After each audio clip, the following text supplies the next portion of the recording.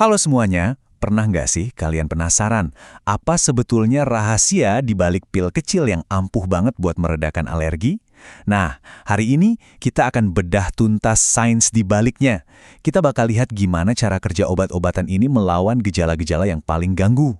Kita semua pasti pernah deh ngerasain ini kan? Rasa gatal yang bikin nggak tahan, bersin-bersin yang nggak berhenti, atau hidung yang tiba-tiba meler. Nah, semua gejala ini tuh ternyata punya satu biang keladi yang sama di dalam tubuh kita. Kenalan dulu, ini dia nih biang keroknya, namanya histamin. Jangan tertipu ya sama ukurannya yang super kecil, karena molekul inilah yang jadi dalang di balik semua reaksi alergi yang bikin nggak nyaman itu. Yuk kita selidiki lebih dalam lagi. Oke, mari kita mulai bedah dari akarnya. Biar kita ngerti cara kerja obatnya, kita harus paham dulu apa itu histamin dan dari mana asalnya. Ini adalah dasar-dasar dari farmakologi alergi. Jadi, histamin itu sebenarnya berasal dari asam amino yang namanya L-histidin. Namanya sendiri, histamin itu dari kata histos, yang artinya jaringan. Kenapa? Ya karena dia ada di hampir semua jaringan tubuh kita. Nah, histamin ini disimpan dalam kondisi nggak aktif di dalam sel khusus yang namanya sel mast. Anggap aja kayak prajurit yang lagi nunggu perintah buat dilepaskan. Terus gimana ceritanya pemicu dari luar, kayak debu atau bulu kucing, bisa bikin tubuh kita ngelepasin histamin ini? Ternyata ada proses berantai yang menarik banget di baliknya. Eits, tapi tunggu dulu. Reaksi alergi itu nggak terjadi instan pas pertama kali kita kena alergen loh. Tubuh kita itu perlu belajar dulu buat jadi sensitif sama zat tertentu. Prosesnya ini terdiri dari 2 tahap utama.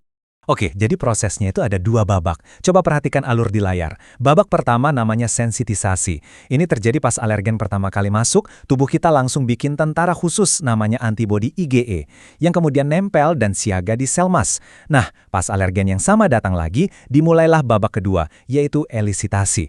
Alergen ini langsung ngikat si IgE, dan ini tuh kayak neken tombol darurat yang bikin sel mastnya pecah dan ngelepasin bom histamin. Nah, dari sinilah semua gejala alergi itu bermula. Pas histamin ini udah dilepaskan, efeknya bisa macam-macam. Mulai dari yang ringan, kayak gatal-gatal, biduran, atau kulit kemerahan. Sampai yang levelnya sedang, kayak detak jantung jadi cepat, atau mulai sesak napas. Dan yang paling bahaya, dalam kasus parah, bisa terjadi anafilaksis. Ini adalah reaksi yang bisa mengancam nyawa. Oke, setelah kita kenalan sama si penjahatnya, sekarang waktunya kita sambut pahlawannya, antihistamin. Terus, gimana sih caranya obat ini bisa menghentikan semua kekacauan yang dibikin sama histamin? Nah, ini dia nih poin kuncinya.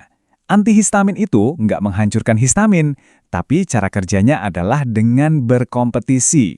Gampangnya, bayangin aja kayak main rebutan kursi.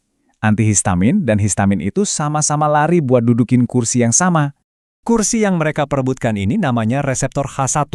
Anggap aja reseptor ini kayak lubang kunci. Kalau histamin, si kunci asli, berhasil masuk ke lubang kunci ini, dia bakal memicu berbagai efek. Contohnya penyempitan saluran nafas atau pelebaran pembuluh darah yang ujung-ujungnya jadi gejala alergi. Coba deh lihat perbandingannya. Di kiri itu histamin, si kunci yang asli. Nah, di kanan itu antihistamin, si pemblokir. Antihistamin ini pada dasarnya adalah kunci palsu yang didesain pas banget buat masuk ke lubang kunci reseptor H1. Dia masuk duluan dan ngedudukin tempat itu. Jadi, pas histamin yang asli datang, lubang kuncinya udah keisi. Alhasil, reaksi alergi pun berhasil digagalkan. Sama kayak pahlawan super, antihistamin juga punya beberapa generasi loh. Masing-masing punya kekuatan dan kelemahannya sendiri. Yuk kita lihat gimana evolusinya. Perbedaan paling fundamental antara keduanya itu ada di kemampuannya menembus sawar darah otak. Anggap aja ini kayak gerbang super ketat yang ngelindungin otak kita. Nah, generasi 1 ini bisa lolos dari gerbang ini dan mempengaruhi sistem saraf pusat. Makanya efek sampingnya bikin ngantuk. Beda sama generasi 2 yang didesain supaya lebih sulit nembus, jadi efek ngantuknya jauh lebih minim. Yuk kita lihat perbandingannya lebih detail. Generasi 1 itu sangat larut dalam lemak, makanya dia gampang banget nembus ke otak dan bikin kita ngantuk berat. Durasinya juga lebih sebentar. Sebaliknya, generasi 2 itu durasi kerjanya lebih lama dan dia jauh lebih selektif. Maksudnya, dia lebih fokus nyerang reseptor H1 aja tanpa banyak ganggu sistem lain. Ini terobosan besar karena artinya kita bisa ngendalin alergi seharian tanpa ngerasa ngantuk. Jadi bisa tetap kerja, belajar, atau nyetir dengan aman. Dengan adanya 2 generasi ini, terus gimana kita tahu mana yang harus dipilih? Nah, kalau kita paham bedanya, kita bisa pakai obat alergi dengan lebih bijak. Ini nih beberapa contoh obat generasi pertama. Mungkin kalian familiar ya sama nama chlorpheniramine atau CTM. Nah, karena efeknya ini sampai ke sistem saraf pusat, efek samping utamanya yaitu rasa ngantuk yang kuat. Kalau yang ini, para jagoan generasi kedua. Ada cetirizine dan loratadine, misalnya. Keunggulan utama mereka jelas banget, efek kantuk yang minimal dan lebih sedikit efek samping lain. Ini yang bikin mereka jadi pilihan nyaman untuk aktivitas di siang hari.